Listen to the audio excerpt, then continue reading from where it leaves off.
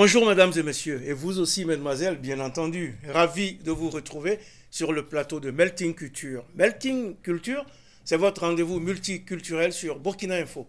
Nous y parlerons ainsi chaque semaine de musique, de danse, de cinéma, de théâtre, mais également de peinture, de littérature, à travers des clins d'œil instructifs entre découvertes, portraits et échanges. Je vous emmène donc aujourd'hui au cinéma. Cinéma avec une dame des écrans, grand comme petit, que l'on ne présente plus. Mais qui donc? Eh bien, depuis qu'on lui a dit Pouknini, c'est-à-dire ouvre les yeux, elle a su qu'il en faut du cran pour gérer les affaires publiques. Surtout que quand les éléphants se battent, il faut convoquer Dardar, la nuit de la vérité, pour révéler une femme pas comme les autres. Vous avez trouvé? Non? Réponse en images et en son. Regarde-moi. Il faut que tu comprennes bien ce qui se passe, d'accord? Hein? C'est vrai. On a fait la guerre avec le président. Et ça a commencé bien avant ta naissance. D'accord?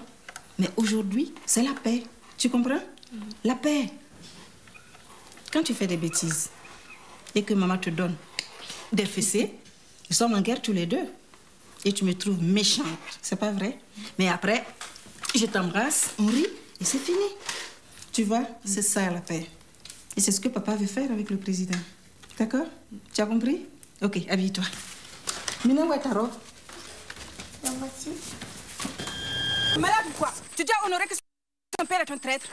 Mais pas du tout. Mais lui, c'est ce qu'il a compris, tu vois. Ne joue pas à ça. Pas avec mes enfants. Attends, tu crois que c'est un jeu? Tu crois que je joue? Tu crois que ça, c'est un jeu? Oui, c'est un jeu pour toi. C'est un jeu pour toi.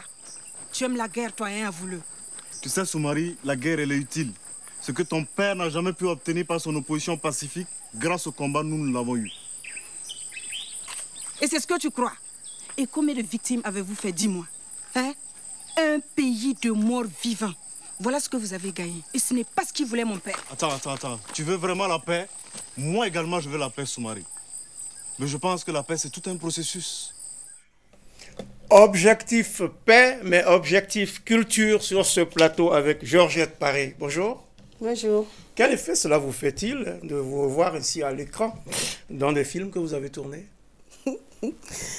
C'est vrai que ça fait assez bizarre parce que ça fait longtemps hein, que ce film, je l'ai tourné avec Fanta Regina Nakro. Ça s'appelle La Nuit de la Vérité. Ça s'appelle La Nuit de la Vérité et on l'a entièrement tourné au camp de Cambouense.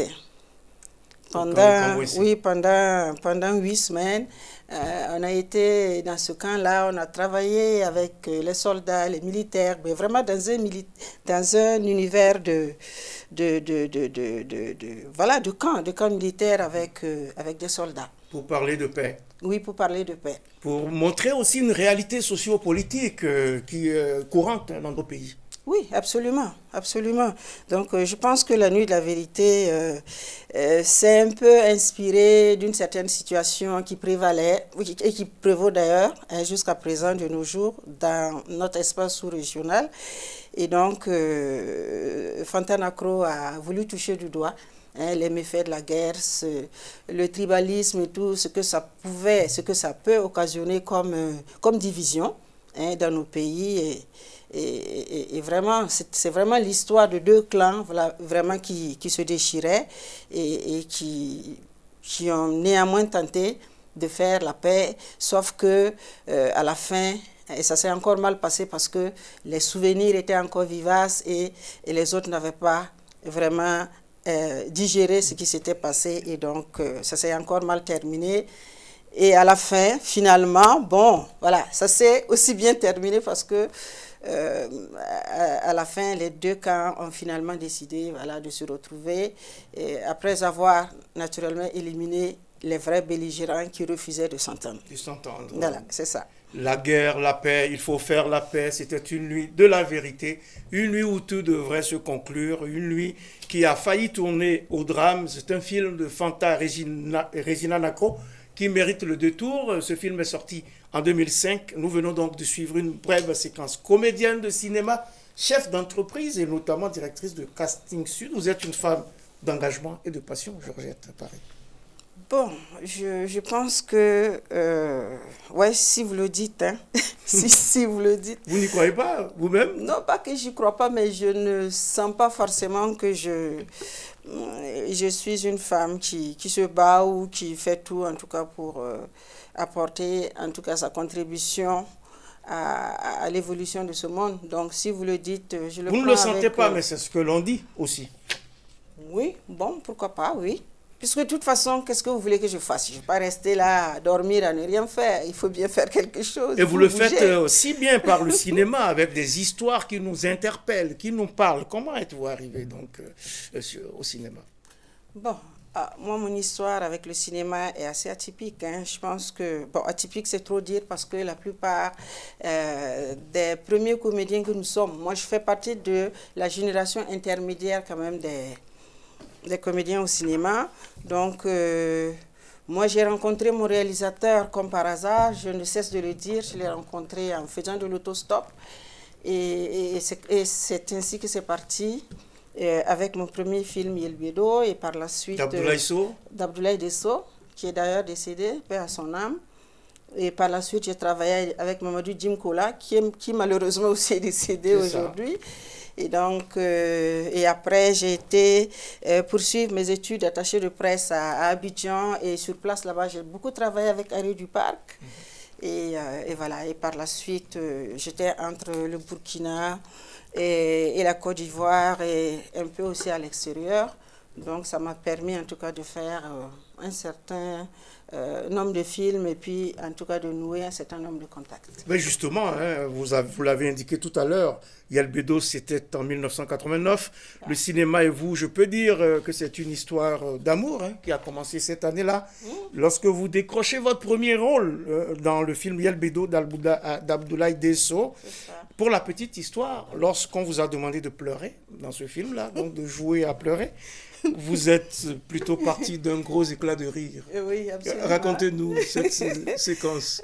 Aujourd'hui, je peux dire que j'envie la nouvelle génération de comédiens qui, eux, eu l'occasion quand même de nous autres nous côtoyer et de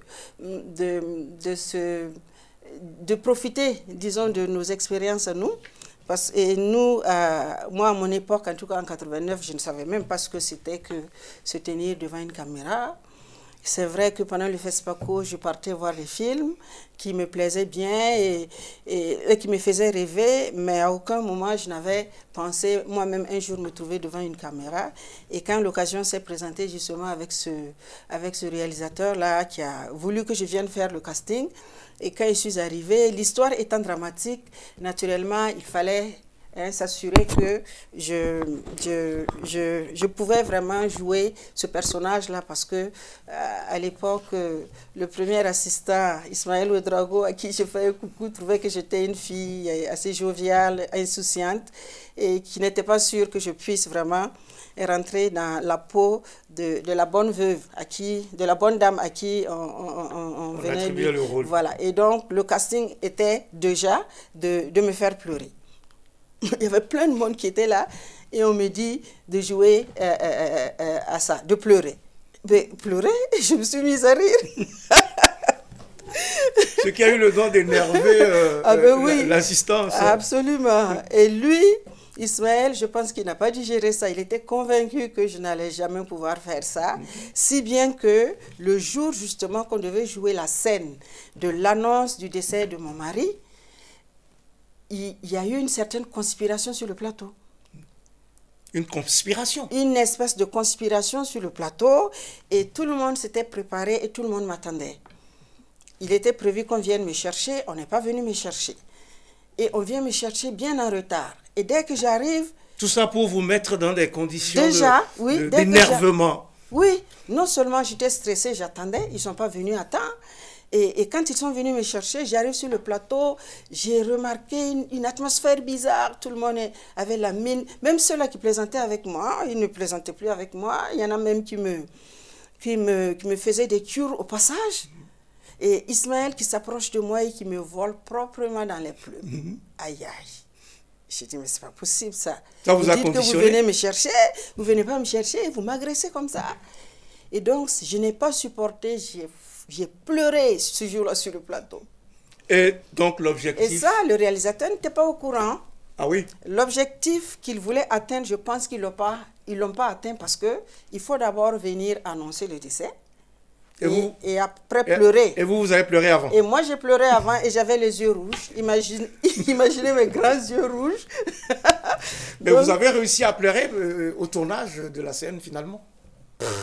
je ne me rappelle même savez plus. plus. Mais bon, mais toujours est-il que... Mais le film a été tourné. Le film a été tourné et puis bon, par la suite, encore pour faire un coucou à tonton Ismaël qui, quand le film est sorti, il m'a dit voilà ce que je voulais obtenir de toi, c'était pas pour te faire mal, etc., etc. Voilà. Et voilà, il y a de ces histoires qui vous marquent. 1989, une autre époque. Et puis les plateaux de tournage se sont enchaînés. Depuis Les Étrangers de Mamadou Jim Kola en 1990 à Douga de Abdoulaye Dao, c'était en 2018, en passant par Rue Princesse de Henri Duparc, 1993, Afrique, mon Afrique de Idrissa Ouedraogo, 1994, Pouknini de Fanta Regina Nakro en 1995, Morladé de Sam Ben Ousmane, 2003. Il y a aussi Rencontre en ligne d'Adama Rwamba en 2005. On peut citer enfin Une femme pas comme les autres d'Abdoulaye Dao en 2009. Mais il y a aussi Walay, le film de Berlin Goldblatt en 2016, Rêve brisé de Bed Modeste Ganafé en 2018, et puis Douga de Abdoulaye Dao en 2018. Il faut bien évidemment parler de ces remarquables séries télévisées dans lesquelles vous avez joué des rôles importants. Quand les éléphants se battent de Abdoulaye Dao en 2007 et Affaires publiques de la télévision nationale du Burkina en 2019. Très, très rapidement, laquelle de ces productions vous a le plus marqué?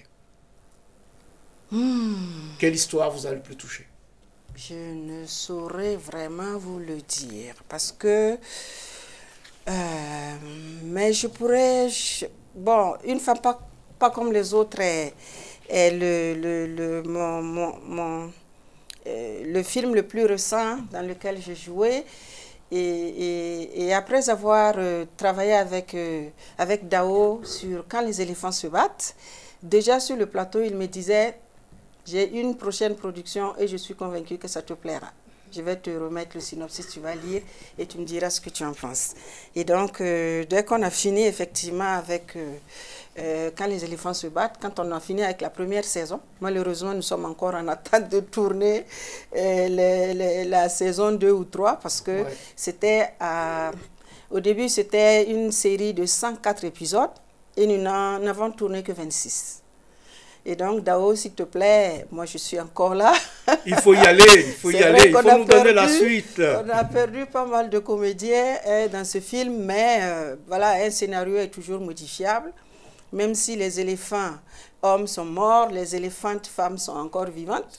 Donc, on peut retravailler le scénario de sorte vraiment à remettre ce film-là sur la sellette parce que en son temps, en son temps parce que ça fait quand même un peu longtemps, c'était en 2005, non, je crois, en 2005 2005-2006. Quand les éléphants se battent, 2005. Donc, je sais qu'au FESPACO... Quand les éléphants se battent, 2007. Ah, ok. Je pense, oui, au FESPACO 2009, je crois qu'on a eu le prix de la meilleure série TV à l'époque. Et aujourd'hui encore, quand je regarde les éléphants, je dis, mais qu'est-ce qu'on attend vraiment pour faire la suite? Ça, c'est ce que moi je pense, sans compter également ce que les autres me disent. L'appel a sans doute été lancé, j'espère qu'il est entendu. On va reparler sans doute de Quand les éléphants se battent, mais j'aimerais que vous nous dites un mot sur ce film-là, Pouknini, dans lequel vous tenez le rôle principal avec Étienne Minougou. C'est ça. Et un film dans lequel on vous demandait simplement d'ouvrir les yeux sur une réalité à laquelle vous ne croyiez pas. Ouvrir les yeux sur quoi, Georgette Paré? Ouvrir les yeux sur la vie de couple. Ah oui? Je pense que Pouknini, principalement, ça traite de la relation homme-femme, homme-femme marié, homme-femme maîtresse. Voilà. Donc, dans ce film, tout montre que, tout tend à croire en tout cas que les maîtresses entretiennent mieux les hommes dehors que celles qui sont dedans. Et c'était assez visible dans le film. Et donc, voilà. C'était ça, Pouknini de Fanta Regina Nakro. Alors, cela pourrait être aussi un autre film avec des bouts d'histoire que vous avez déjà tourné qui s'enchevêtrent et qui se complètent dans un incroyable enchaînement de circonstances. Au final, on peut dire que, d'une certaine façon, Pouknini ouvre les yeux et une femme pas comme les autres sont deux faces d'une même réalité, avec un savoureux renversement de situation. Une femme qui prend un coépoux, ah non, mais... Et vous les hommes, vous aimez bien compter vos coépouses, hein? Alors, Abdoulaye Dawa a écrit cette saisissante histoire, n'est-ce pas, pour nous faire réfléchir. Et Georgette Paré, qui est sur mon plateau aujourd'hui, a merveilleusement campé et ce rôle qui lui va comme un gant. Magnéto. Voilà. Je suis désolé. Voilà, tu sais tout. Ce n'est pas une nouvelle pour moi, ça, Dominique. Je suis au courant depuis plus d'un mois. Personne ne m'a rien dit, mais il y a des choses qui ne trompent pas. Ah bon? Alors, tu es au courant depuis un mois? Et tu ne m'as rien dit? Et tu ne m'as rien dit? Bon, bref, le passé, c'est le passé, tu vois. Et l'essentiel est de reconnaître ses fautes et de s'engager à ne plus jamais recommencer de telles conneries. Ce que je fais, voilà ma main au ciel. Je te jure que je ne referai plus jamais ça. Je commence à comprendre ton projet d'amener un deuxième homme là, dans la maison, là. C'était pour me faire mal, hein? N'est-ce pas? Hein? Afin que je comprenne que quand on vit à deux, et on se doit mutuellement respect. Hein? Mais tu as réussi, ma chérie. J'ai compris. Mais, tu vois, comment est-ce que deux hommes appartenant à une même femme peuvent vivre sous un même toit? C'est franchement impossible.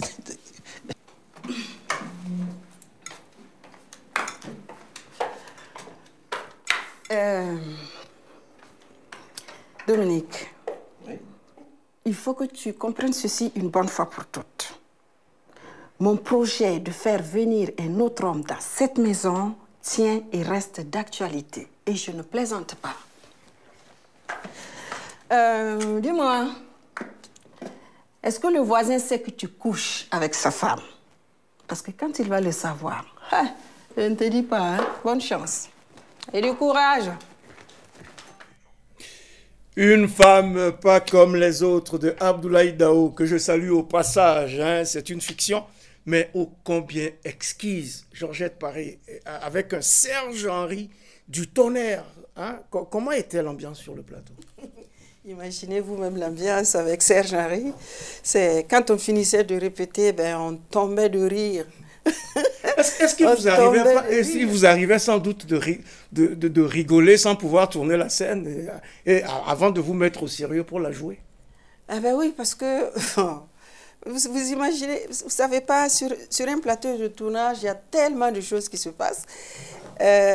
Souvent, je vous assure, en pleine prise de vue, ben, où on est bloqué, où il y a l'autre qui vous fait rire, et puis vraiment vous pouffez de rire, mais vous énervez tout le monde sur le plateau. Hein, les techniciens n'aiment pas ce genre de choses. Parce que ça le fait perdre du temps. Ah oui, surtout ceux qui font la perche et tout, hein, ça c'est pas du tout aisé pour eux. C'est pas un jeu. C'est pas un jeu, on ne peut pas se permettre. Donc quand ça arrive, heureusement parfois, ça emballe tout le plateau aussi. Hein. C'est pas seulement entre les acteurs que ça se passe. Bien sûr. Il arrive que vraiment tout le plateau soit pris d'un fou rire et puis bon, on en rit et puis on essaie de se reconcentrer et puis de se remettre au travail. Ouais. Un film de haut vol qui vous a valu en 2010 le prix Pellicule d'or de la meilleure actrice. Vous devez en être très fier.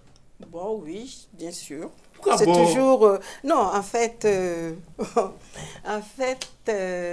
un acteur, c'est quoi? C'est ce qui fait la fierté d'un acteur, c'est de savoir déjà que ce qu'il fait, en tout cas, est reconnu, que ce qu'il fait plaît. et qu'il rend en tout cas heureux certaines personnes. Voilà, donc c'est donc un prix, oui, un prix c'est... Ça vient oui, récompenser un travail formidable, oui, parce qu'il faut absolument. beaucoup travailler pour pouvoir réussir à traduire ainsi ces histoires-là. Les acteurs de cinéma, tout comme ceux de théâtre, sont des pasteurs d'histoire et de vie, on peut le dire ainsi. On va rapidement parler de la Georgette Paré, chef d'entreprise. Qu'est-ce qu'on peut en dire? Casting Sud et puis d'autres entreprises que vous gérez. Comment vous passez d'une casquette à une autre? Bon, je ne dirais pas... C'est vrai que je passe parfois de la comédienne à l'entrepreneur, mais il se trouve que ce sont deux activités quand même qui sont assez voisines. Qui se complètent, voilà, qui se complètent complètent dans le même tout, domaine. voilà, c'est ça. Donc, quand je faisais mes études en communication, il y avait un volet cinéma dedans. C'est vrai que j'ai commencé le cinéma avant d'aller faire mes études d'attaché de presse, mais voilà, ce sont deux activités complémentaires. Donc, si je ne tourne pas, ben, j'ai mon agence de com, voilà, pour laquelle, en tout cas, j'essaie d'exister et puis de faire, voilà, de faire quelque chose. Donc, ce sont deux activités pour moi qui sont complémentaires. À un moment, j'avais un peu décroché avec le cinéma pour pouvoir me consacrer justement à mon agence.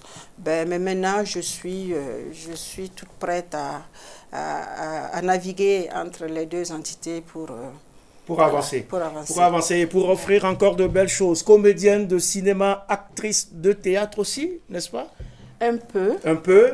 Chef d'entreprise, mais soucieuse de valoriser les célébrités du monde du cinéma et même d'autres secteurs. Vous avez initié les Celebrity Days pour mettre davantage la lumière sur des repères du monde cinématographique et d'autres entités comme le sport et la presse. En somme, il s'agit de célébrer les stars avant qu'ils ne partent. C'est une manifestation qui a honoré de grands noms du cinéma. En deux mots, en quoi cela consiste, donc, cette manifestation dont la 3e édition est prévue pour la prochaine édition du FESPACO. Ouais. Donc, en tout cas, pour parler de Celebrities Days, je dirais que ma casquette de comédienne m'a beaucoup orientée à ce niveau-là, parce que depuis déjà les années 95, j'ai créé l'association Casting Sud, qui, dans les normes en tout cas, doit faire la promotion des comédiens du cinéma. Donc, j'ai fait un répertoire des comédiens et c'est la suite, vraiment, c'est la conséquence logique de cela, parce qu'en son temps, le constat que j'avais fait avec d'autres acteurs, c'était que les acteurs étaient assez invisibles pendant les festivals et qu'il fallait essayer de faire quelque chose et puis de les mettre en lumière parce que après tout c'est eux qu'on voit à l'écran. Voilà, donc on a un peu mené ce combat-là, ça commence à vraiment porter ses fruits et donc finalement avec Isaka Savadgo que vous connaissez, qui est un grand acteur international, voilà, et Aïcha Dabré qui a une agence de communication, on s'est dit pourquoi ne pas essayer de créer l'événement avec des célébrités, des têtes d'affiche du cinéma pendant le FESPACO. Et donc, on a parlé de ça à Tahirou Barry en son temps, qui a vraiment marché là-dedans. En tout cas, je dis un grand merci à Tahirou Barry, ancien ministre de la Culture. Ancien ministre de la Culture, qui, en tout cas, a donné l'occasion à Celebrity d'exister. Par la suite, M. Sango, qui est également arrivé à trouver... Ancien ministre de la Culture, lui aussi. Également, qui a trouvé que c'était une belle initiative. Et donc, avec la délégation générale du FESPACO, on s'est dit, oui, pourquoi pas. Voilà, donc, à la première édition, on a fait venir un certain nombre d'acteurs, même des acteurs de Nollywood, qu'on a fait venir. Ouais. Et la seconde édition, c'était avec Sidiki Bakaba et Isaac de Bancolé. Et pour la 3e édition, on veut vraiment ouvrir Celebrities Days à d'autres célébrités. Ça ne sera plus que des célébrités du cinéma. Il y aura également des célébrités du sport, il y aura des célébrités de la danse, de la mode, et voilà. Alors, un peu de tout. On verra ce que ça donne à la 3e édition. On n'a plus de temps, mais juste un petit mot sur Amadou Bourou, ce grand nom de la scène burkinabé, auprès duquel vous avez joué dans Quand les éléphants se battent. Très rapidement. Ah oui, Amadou Bourou, je ne sais pas comment. Amadou Bourou, c'est un vrai éléphant de la scène, quoi. Je dirais même un dinosaure, parce qu'un éléphant est petit. Je dis éléphant à cause de quand les éléphants se battent. Mais Amadou Bourou, c'est un grand dinosaure de la scène théâtrale, cinématographique et tout. Et donc, moi, j'ai découvert vraiment Amadou Bourou dans le film de Pierre Yaméogo, Silmandé, non, je crois, un truc comme... Oui, c'est ça. Là où il joue au monsieur des 10%. Voilà. Et maintenant, quant aux éléphants, je vous assure, il m'a tellement impressionné ce personnage-là que jouer même avec lui, j'avais peur de ne pas être à la hauteur. Et pourtant, vous y avez réussi, Georgette Paré. Il m'a coché. Il l'a coché, beaucoup de gens d'ailleurs. Il était incontestablement un géant de la scène burkinabé, un artiste hors pair qui en imposait sur tous les plateaux. Et nous a quittés le 8 janvier 2018, le 8 janvier 2010. Amadou Bourou, nous ne t'oublions pas, n'est-ce pas, Georgette Paré? Absolument. Georgette Paré, merci d'être passée sur le plateau de Melting Culture. Merci à vous aussi et à très bientôt sur Burkina Info. Je me sens vraiment bien avec toi, tu sais. Moi aussi, hein? Moi aussi. Tu es un mari moderne, gentil, aimable et fidèle, je l'espère. Mais bien sûr, mon cœur. Mais qu'est-ce que tu crois, là? Tout est donc très bien. Très, très, très bien, oui. Tout est très bien, mais... Mais... J'ai décidé de prendre un second époux. Pardon? Je vais prendre un deuxième mari.